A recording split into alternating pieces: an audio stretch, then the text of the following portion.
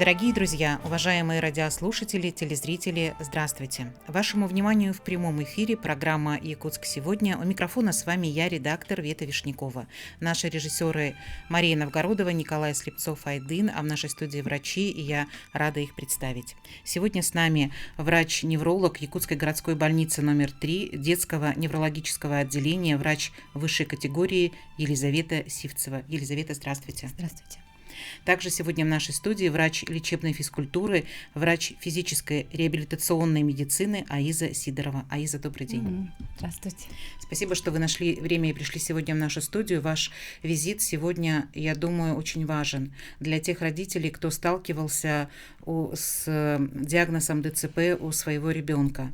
И для таких родителей у вас есть сегодня хорошая новость, то, что медики могут помочь сделать этот диагноз как будто бы менее сложным для родителей. Есть некая помощь, которую вы можете оказать таким детям сегодня, сейчас, и таким образом сделать качество их жизни немного лучше. Верно ли я это поняла из наших разговоров за кадром? Елизавета, наверное, вам первое слово, расскажите. Да. Сначала остановимся на диагнозе детский церебральный паралич.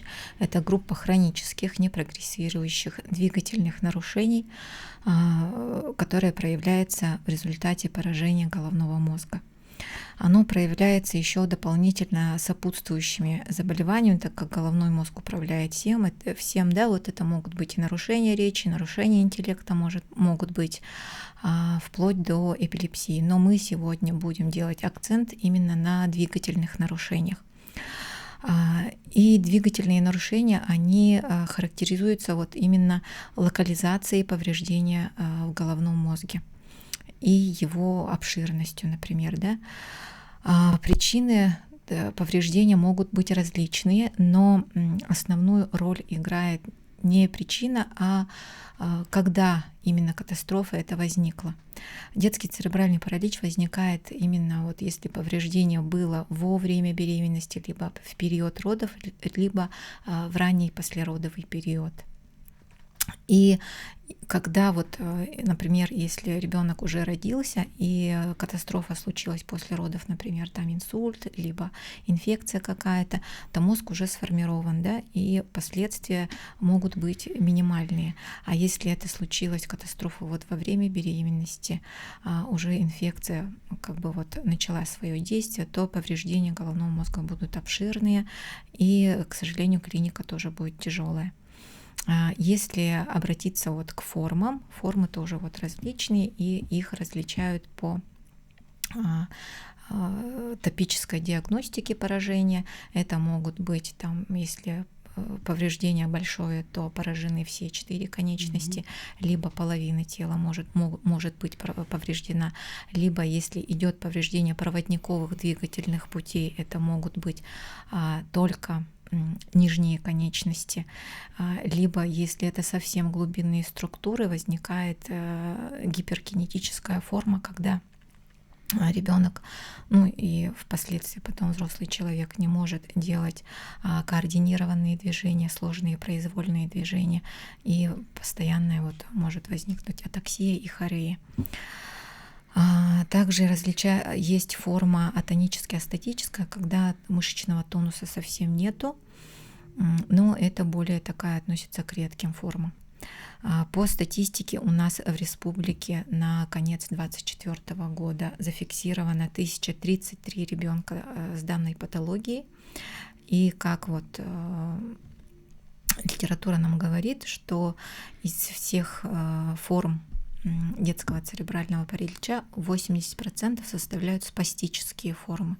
То есть при спастической форме мы можем применять такой вид лечения, как ботулинотерапия, о которой мы, соответственно, сегодня пришли рассказать. То есть из этих детей 1033, например, в нашей республике где-то 700-800 детей нуждаются в данном лечении. Данная терапия в мировой практике, она применяется уже более 30 лет, и с 2004 года она включена в стандарты оказания медицинской помощи детям с детским церебральным параличом у нас в России. В республике у нас именно помощь детскому населению по ботулинотерапии оказывается вот в нашем отделении, да, вот ЕГБ-3, также проводят в Республиканском центре медицинской реабилитации, в отделениях медицинской реабилитации номер 1 и номер 2. То есть как бы выбора у детей много, да.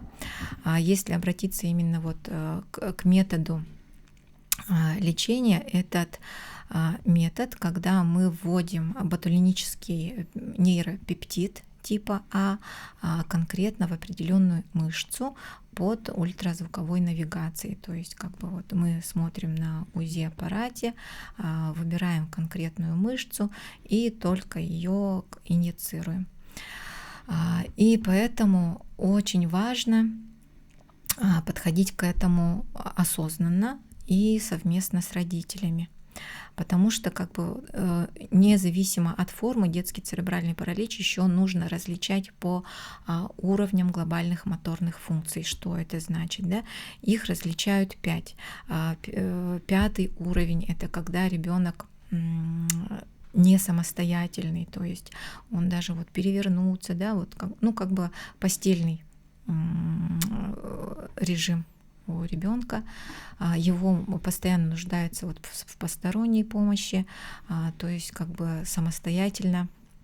К сожалению, дети такого уровня, они ничего сделать не могут. И первый уровень — это когда у ребенка нарушения совсем минимальные, и цель ботулинотерапии зависит от этого уровня, да, если, например, от тяжести, и ребенку там 1-2 уровня, который самостоятельно может передвигаться либо с помощью каких-то облегченных технических средств реабилитации, это там ходунки, либо трость, да, вот таким детям ботулинотерапия ставится с целью какого-то улучшения косметического, да, вот эффекта. Если, например, спастика вызвала эквиноварусную установку стоп, например, мы можем это скорректировать, либо паттерн походки мы можем улучшить, убирая спастику. Ребенку уже потяжелее, там 4-5 уровень, мы делаем ботулинотерапию с целью того, чтобы облегчить уход. Например, вот как бы мы спастику убираем, и данному ребенку уже легче надевать подгузники, легче его как бы переодевать, легче его переворачивать. То есть это дает очень колоссальный эффект в том плане, что не будет уже вторичных каких-то пролежней, например, да, вот в этом плане. И цель обязательно мы должны устанавливать совместно родителям, потому что после проведения ботулинотерапии работа только начинается. Мы даем ребенку, мышцам расслабиться, даем родителям и специалистам терапевтическое окно, в которое вот ребенка мы можем обучить каким-то новым навыкам. И ботулинотерапия, она не только убирает спастику, уменьшая мышечный тонус, она еще очень хороший имеет болевой эффект, снимает болевой эффект, это уже доказано, и улучшает поступление постуральной информации. То есть как бы мы все равно из внешней отправляем информацию в мозг, и спастичная мышца стянутая, мозг ее как бы вот воспринимает не очень хорошо, да, а если мышца она уже расслаблена, поступает информация более естественная. Вот. Аиза немножко вот расскажет про работу и после проведения процедуры. Как мы поставили, значит, у нас есть терапевтическое окно от 3 до 6 месяцев, в течение которого вот действие препарата оно находится, и постепенно с 7-го дня у ребенка начинается вот спазмированная спастичная мышца расслабляться. И мы в этот период, вот начиная со дня постановки инъекции, мы должны начать активно двигаться вот этими инициированными мышцами. Именно в первый день для того, чтобы препарат у нас очень хорошо распределился по мышце, и мышца полностью расслабилась. А потом уже мы начинаем работать, двигательные упражнения мы делаем для того, чтобы вот эту спастику убрать, растянуть мышцы. Да, спастика это что? Это сокращение мышц, и вот в таком положении спазмированном они находятся и уменьшают, ухудшают двигательные навыки. И спастики ребенок правильно двигаться не может. И когда мы расслабляем мышцы, растягиваем мышцы, и эти конечности начинают работать правильно, более плавно движение. Да? Бывают дети с пластичными походками, видно же, на улице идут, и вот эта походка, она становится более плавной, голеностопки уже двигаются более, да, объем движения увеличивается. Таким образом мы улучшаем качество жизни детей, которые ходят. Лиза, перебью вас. У нас есть на связи как раз уже те родители, которые для своих детей вот это лечение, да, вот эту вот методику они испробовали и готовы поделиться своей историей с нами и с нашими слушателями и зрителями. Алло, здравствуйте. Здравствуйте. Здравствуйте. Расскажите, пожалуйста, вашу историю. Мы из далекой деревни. И вот ботулинную терапию узнали только, когда ребенку было 7 лет. И мы ездили в Новосибирск, чтобы получить 1 укол. Это очень было далеко и трудновато для нас. И мы очень обрадовались, когда узнали, что у нас в республике тоже открылся вот такое отделение, где можно получить терапию. А как изменилось состояние ребенка после вот этого метода, вот этого лечения? После, он, например, на корточки не садился, теперь может садиться на корточки. Быстрым шагом хотя бы держась пола может ходить. Оглядываться стал, назад оглядывает. Раньше такого не было.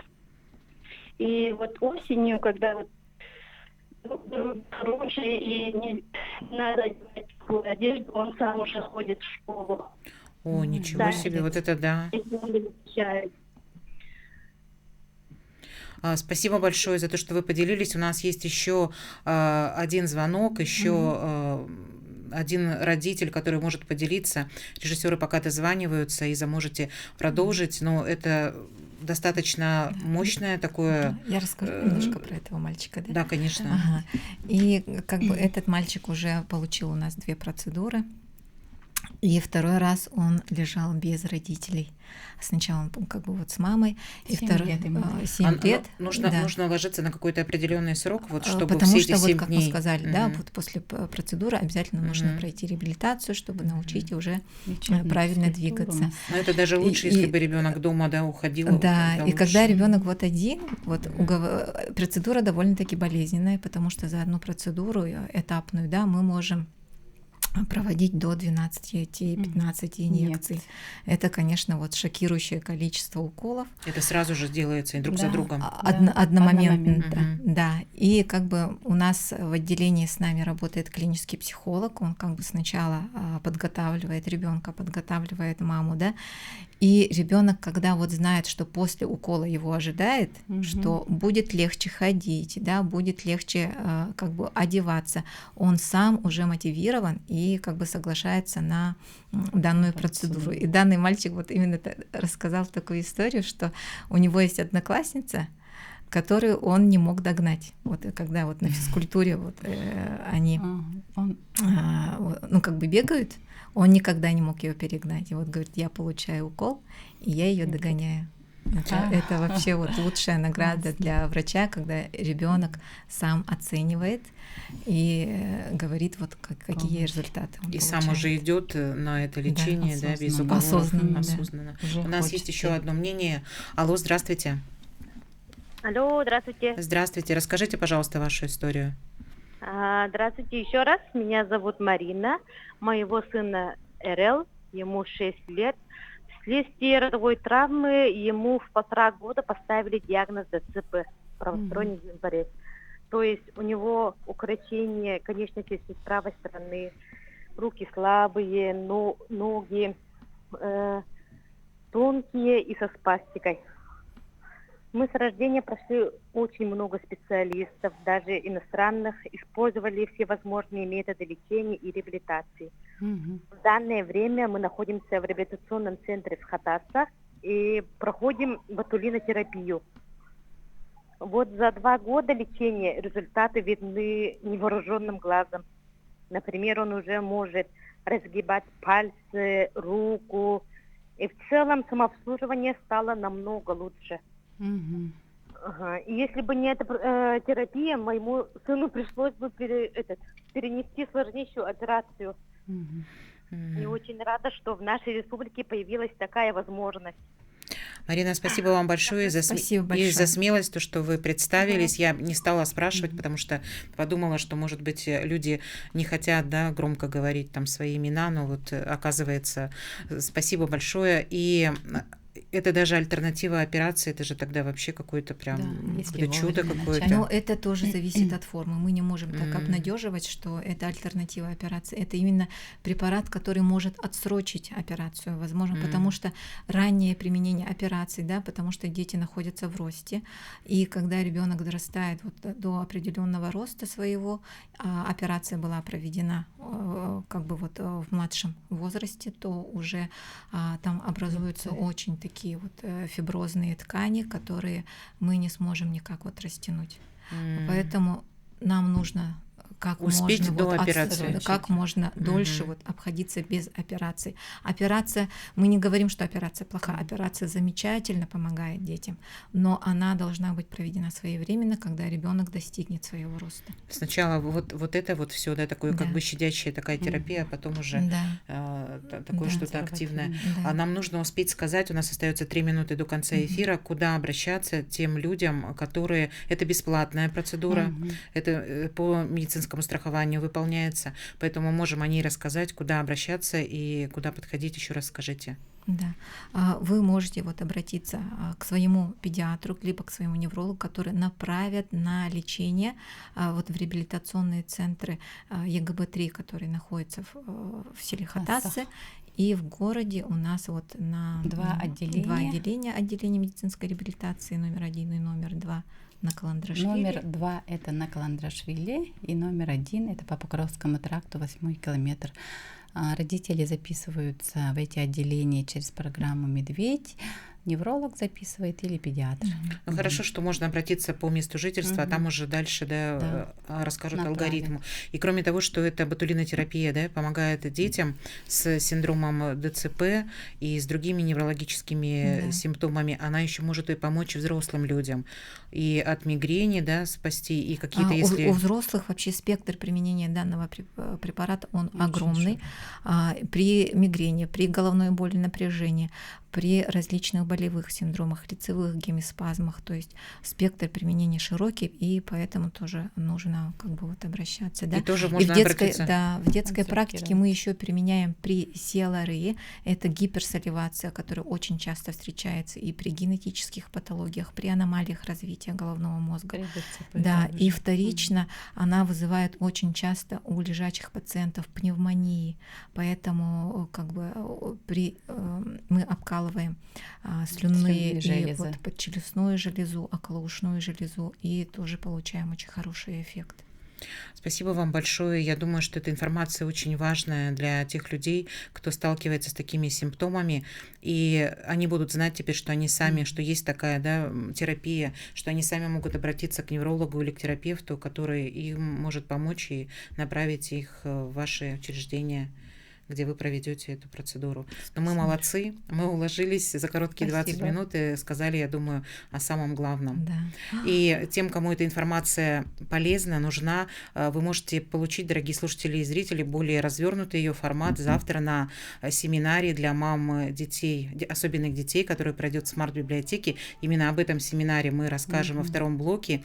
И одна из участниц этого семинара, Елизавета, сегодня вот в нашей студии, она завтра будет как раз-таки вместе с вот такой лекцией Я тоже полезной. там буду. И Аиза, Как- вы тоже будете, как да? Ну вот родитель. два спикера у нас сегодня, поэтому если вы хотите поподробнее, то приходите завтра в смарт-библиотеку. Об этом буквально через короткие 4 минуты мы расскажем вам. Оставайтесь.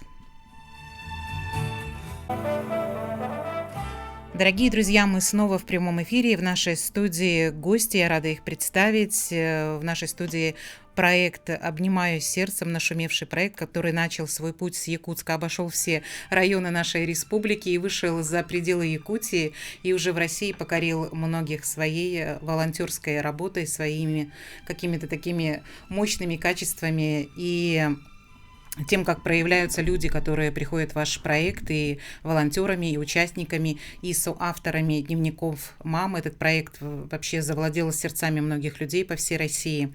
Сегодня в нашей студии Мария Кураева, психолог, модератор семинаров «Движение «Обнимаю сердцем», и спикер завтрашнего семинара, о котором мы будем сегодня говорить, семинара для мам особенных детей. Мария, здравствуйте.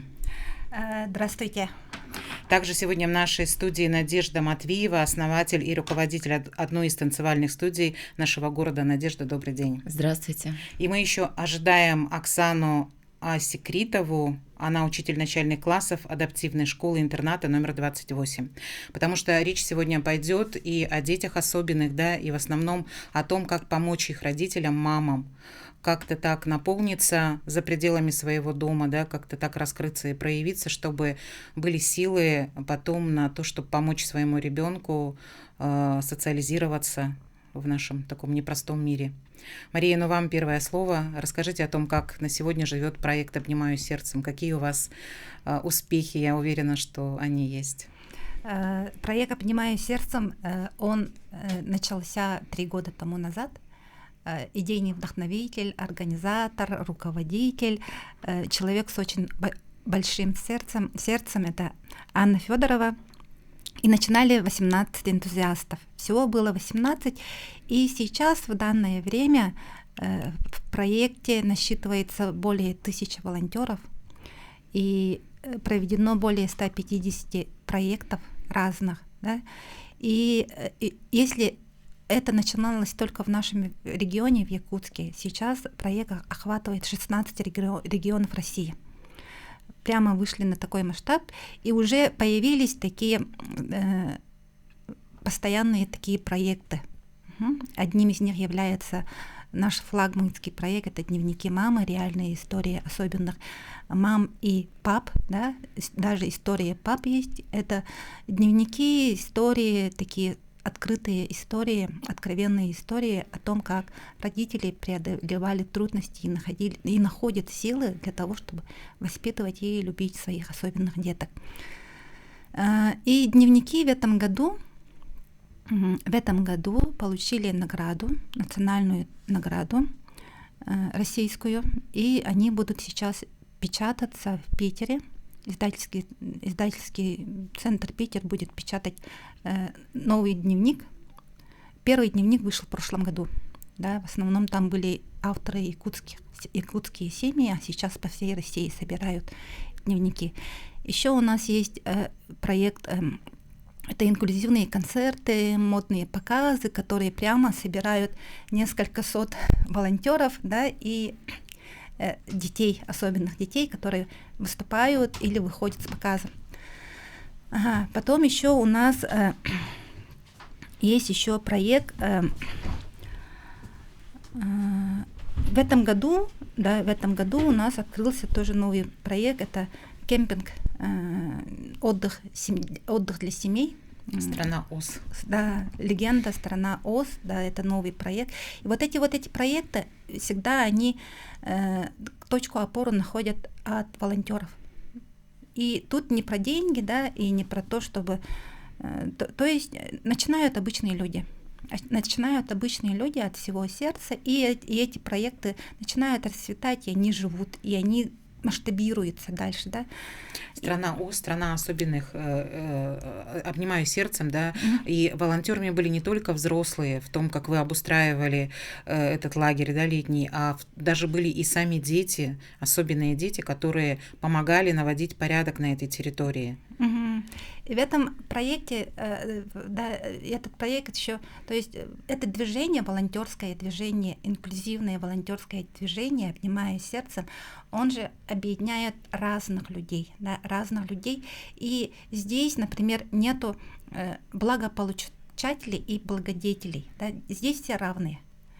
Мгм. И кроме этого еще у нас есть проект «Арт-преображение», где дизайнеры и родители, волонтеры все вместе перекрашивают стены реабилитационных центров. Тоже инициатива, да, тоже инициатива, идея самих волонтеров. И еще у нас тоже вот это вот как традиция пошло, это мотивационные семинары, которые мы проводим для родителей особенных детей. И здесь мы объединяем еще волонтеров, ангелов добра. Угу. И эти семинары проводятся весной и осенью 2 раза в год. И завтра у нас 27 сентября с 12:00 до 16:00 в смарт-библиотеке пройдет семинар для особенных мам.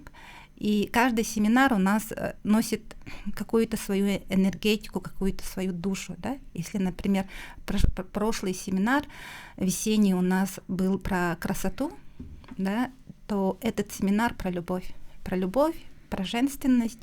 И у нас завтра будет очень много интересных спикеров. И самый основной такой лейтмотив, как говорится, семинара — это танцевальный семинар «Девичник». У нас новый формат, да, мы придумали новый формат семинаров, семинары «Девичники». Такие душевные, и завтра мы приглашаем всех особенных мам, приходите, вход свободный. И есть только одно условие, что нужно прийти в платьях, в красивых, да, и принести с собой маленький такой презентик, который мы будем дарить друг другу. Угу. Сегодня в нашей студии как раз-таки один из спикеров, даже, наверное, 2, да? Даже 3. Я хочу сказать, что сейчас прямо к нам присоединилась Оксана Осекритова, вы учитель начальных классов адаптивной школы-интерната номер 28. Завтра вы тоже, да, будете выступать на этом семинаре? Она автор дневников. Вы одна из авторов? Я тоже подойду обязательно, конечно. Угу. Будете танцевать, и мастер-класс покажет Надежда. Надежда, как завтра все пройдет, может быть, немножечко приоткроете? Да, я хотела бы сказать о том, что мы, конечно же, сейчас впервые принимаем участие в таком масштабном мероприятии, можно сказать, потому что это очень важная составляющая, когда мы хотим помочь кому-то, и мы всегда говорим о том, что помощь — это всегда должно идти от сердца, и когда мы завтра приглашаем всех на семинар танцевальный, то, конечно же, хотим погрузить всех мам особенных детей в танцевальную атмосферу, в дружественную, настоящую, такую душевную, где мы с вами поделимся своими танцевальными навыками и разучим новое танцевальное направление — это бачата. Бачата — это сейчас максимально актуальное направление, которое не требует какой-то специальной подготовки или техники. Сюда приходят абсолютно разные люди, разных сфер профессии, так сказать, да, потому что у нас и врачи, и со сферы образования, и бухгалтеры, экономисты, все у нас занимаются, и есть у нас мамы многодетные также, которые уделяют для себя какое-то время и приходят на занятия, да, в свое свободное время. И завтра мы хотим как раз-таки потанцевать, познакомить всех с этим прекрасным направлением, потому что это очень, на самом деле, красивый танец, через который мы можем прочувствовать свою женственность, красоту и познать какую-то часть себя через танец, потому что танец, он всегда такой, что раскрывает какие-то особенные свои стороны. Да, и любовь к себе в первую очередь. Я считаю, что завтрашняя танцевальная атмосфера будет очень насыщена в этом плане. Я уверена, такой прекрасный тренер, вы так хорошо выглядите, спасибо. И у вас очень красивый голос. И вы говорите, вот как будто бы вы вот танцуете лицом. Всегда в любой, да, непонятной ситуации я говорю, что нужно танцевать. У вас такая вот прямо пластика, вообще здорово. Я уверена, что завтра все пройдет, вы увлечете вот таким своим настроением, таким своим обаянием и тем, как вы выглядите, всех тех, кто завтра придет. А кого вы ждете? Вот уже вас как-то звонят заранее, бронируют места, или вы пока не знаете даже, сколько человек придет, и обычно сколько приходит людей, и как легко, как быстро мамы включаются вот в настроение этого семинара? Семинары у нас всегда проходят в потоке, да? Даже вот, например, спикеры, они сами каким-то образом координируются, да, и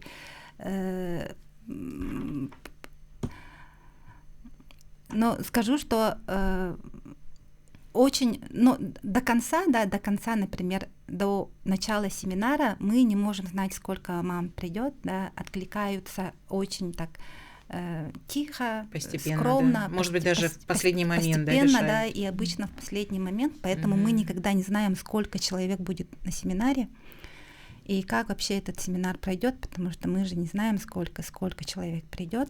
И сейчас мы, например, ориентируемся, что будет человек 30-40, да, обычно на семинарах у нас бывает, это включая вместе со спикерами. И этот семинар не только для мам особенных детей, это семинар еще и для ангелов добра, для волонтеров.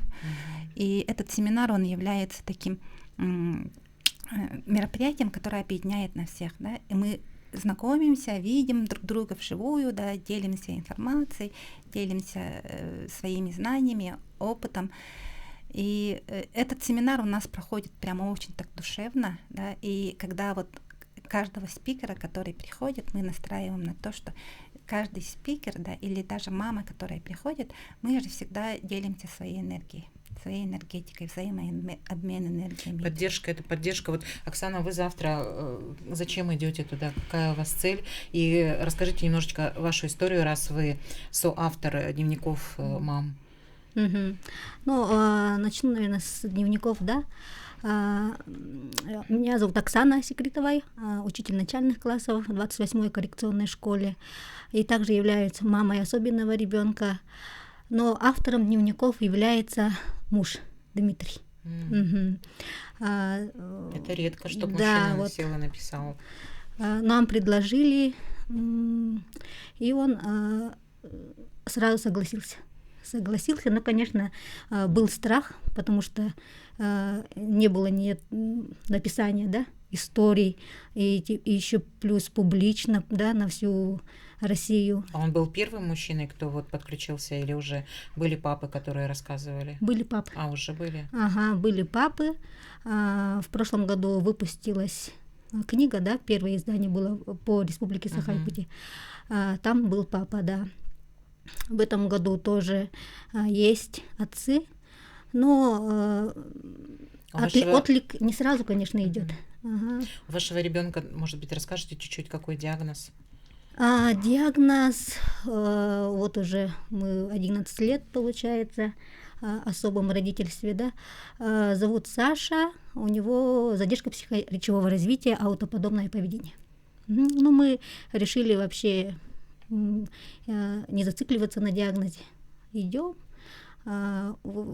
получается, поддерживаем, любим такой, какой он есть.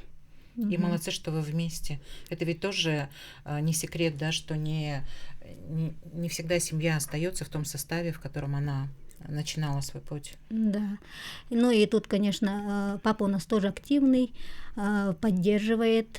У него, конечно, чуть-чуть совсем другое видение, но он даже было, с детства у нас так идет. Об руку, вдвоем идем рука об руку, поддерживаем друг друга. На реабилитации он тоже сам летал с ним. Вот так вот менялись. То я, то он. Настоящая семья. А завтра вы зачем идете на семинар? Что это вам дает? Ну вот проект, да, «Обнимаю сердцем». Вот получается, как мы туда вступили, началась такая бурная, активная жизнь. И как-то я сама раскрылась, получается, диагноз я не сразу, конечно, приняла, да, были вот эти вот... все стадии нужно пройти, да, сначала отрицание, да, конечно, потом... все эти стадии были, но как учитель, как педагог взяла себя в руки и приняла такой, какой он есть. Ага, и теперь помогаю также родителям принять особенных детей. Сама учителем работаю. А у вас вы работаете в школе, в которой дети Да, классный руководитель с похожими... детей с расстройством аутистического спектра. Да. Учителем вот 3-й год в коррекционной школе работаю. Ну и своих родителей также поддерживаю. Ну, теперь вы уже совсем по-другому их можете поддержать. Да, вот как педагог и как родитель особенного ребенка. И завтра их тоже приглашаю, всем родителям в школе тоже объявляю, что вот приходите. Ну вот для себя я вот раскрыла, можно сказать, таланты, да. Вообще это даже вот публично тоже сидеть, вот рассказывать, да. Ну, всегда есть страх, боязнь. Сарафанное радио, конечно, и надежное, да, но и обычное радио республиканское тоже хорошо. Но надо выходить всем мамочкам из зоны комфорта. Новые знакомства и такая же поддержка. Идет очень большая поддержка от родителей. Ну и, наверное, важно, что вот высвобождается какое-то время для себя, да, когда ты можешь вот прийти и разучить какой-то танец, да, просто даже разрешить себе побыть где-то в другой атмосфере, потому что не секрет, что для таких мам очень сложно оторваться от ребенка, потому что ему постоянно нужна помощь больше, чем ребенку, у которого нет такого сложного диагноза. У нас остается 2 минуты до конца эфира. Может быть, вы что-то хотите сказать, о чем я не спросила? Вы очень хорошо сказали про то, что мы забываем о себе, да, то есть в заботах о ребенке, в тревогах о ребенке женщина забывает о себе. Я тоже мама особенного ребенка, и я тоже прошла все этапы. И очень хорошо, когда ты начинаешь думать о себе. И завтра позвольте себе просто прийти, просто расслабиться, просто потанцевать и просто познакомиться. Мы вас завтра приглашаем. Это наш осенний семинар, и следующий семинар у нас будет только весною. До встречи с вами.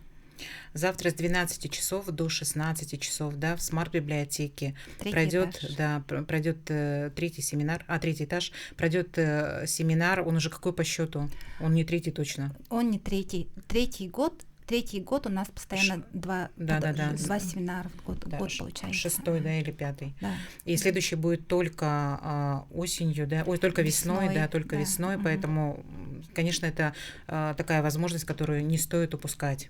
Прийти, познакомиться, может быть, с новыми мамами особенных детей, да, встретиться с теми, с кем уже ты знаком, познакомиться с такими мастерами красивыми. Ой, красота — это, конечно, страшная сила, да. Дорогие друзья, Ане Федоровой еще хочу передать привет. Она в эти дни приезжает в наш Якутск специально на семинар, и это тоже отличная возможность с ней увидеться. И Ане огромное спасибо. Именно с нее началась вся эта цепочка, начался этот проект «Обнимаю сердцем». И я хочу еще добавить, что Светлана тоже является ангелом добра. Спасибо большое. Но я достаточно пассивна, но тем не менее спасибо. Всем хорошего вечера. Приходите завтра. До свидания.